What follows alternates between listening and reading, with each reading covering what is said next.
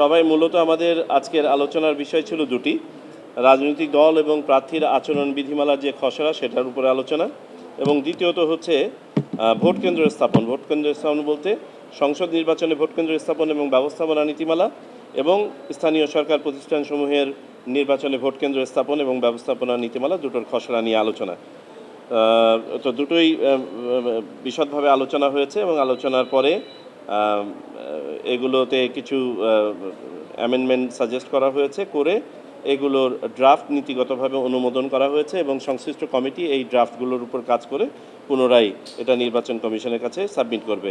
আপনারা জানেন যে বেশ কিছু ইনিশিয়েটিভস এর সাথে রিলেটেড আছে, সংস্কার ইনিশিয়েটিভ সহ অপরাপর অ্যামেন্ডমেন্টের ব্যাপার আছে। তো ততদিন পর্যন্ত হয়তো আমাদেরকে অপেক্ষা করা লাগতে পারে এই জিনিসগুলোকে ফাইনালাইজ করার জন্য। তবে নীতিগতভাবে এই নীতিমালাগুলোকে আজকে অনুমোদন করা হয়েছে, ড্রাফটগুলো। আমরা আগেরটাতেই রেখেছি।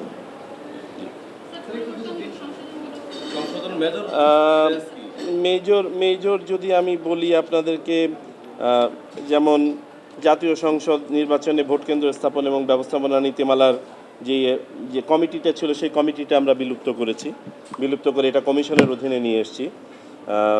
দ্বিতীয়ত হচ্ছে পূর্বের ন্যায় যে ইভিএম রিলেটেড যে ইস্যুগুলো ছিল, ইভিএমটাকে পুরোপুরি আমরা বাতিল করে দিয়েছি। এই ধরনের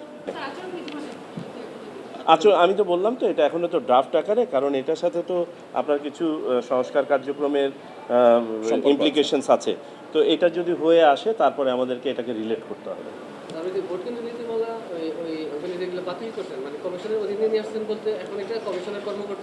জি জি জি জি জি জি ওই কমিটিগুলোকে বাতিল করা হয়েছে। জি, থ্যাংক ইউ। রাজনৈতিক কর্মকাণ্ড নিয়ে আমরা কোনো মতামত দিতে চাই না। এটা এই সিকোয়েন্সিং অফ ইলেকশন কোনটা আগে হবে পরে হবে এটা তো নির্বাচন কমিশনের হাতে না। এই পরিবর্তিত পরিস্থিতিতে সরকারই সিদ্ধান্ত নেবেন কোন নির্বাচন আগে হবে পরে হবে। নির্বাচন কমিশনের দায়িত্ব হচ্ছে নির্বাচন অনুষ্ঠান করা। কি আমরা কোনো রাজনৈতিক বক্তব্যের আমি কোনো মন্তব্য করতে চাই না। আমরা কমিশন সম্পূর্ণ নিরপেক্ষভাবে দায়িত্ব পালন করছে এবং করে যাবে।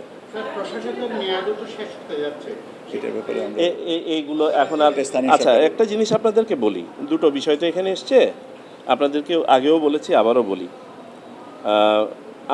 আমরা কোন আইনের বলে কাজ করেছি?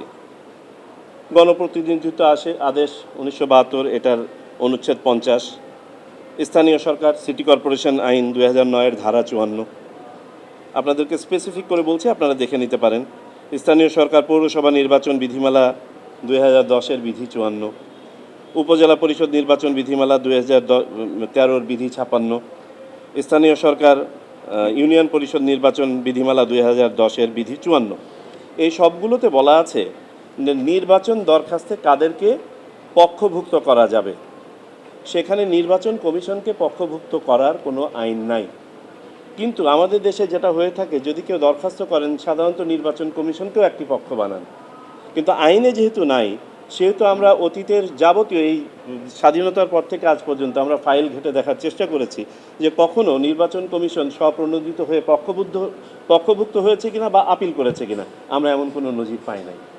সুতরাং আমাদের পক্ষভুক্ত হওয়া বা করার এই আইন আমাদেরকে সুযোগ দেয় না।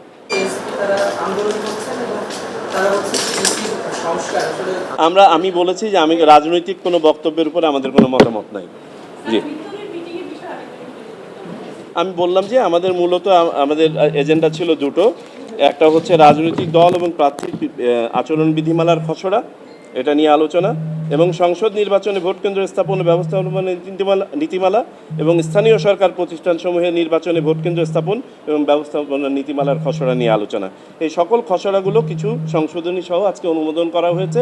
এগুলো এই অবস্থাতেই থাকবে, কারণ এটার সাথে আরও কিছু ইনিশিয়েটিভ জড়িত আছে, সংস্কার কমিশন, ঐক্যমত কমিশন ইত্যাদির বিষয়গুলো আছে, যাতে করে ওখান থেকে যদি আবার কোনো আইনি কোনো পরিবর্তন হয় তার সাথে এটা সামঞ্জস্য রেখে এই বিধিমালাগুলো যথাসময়ে প্রবর্তন।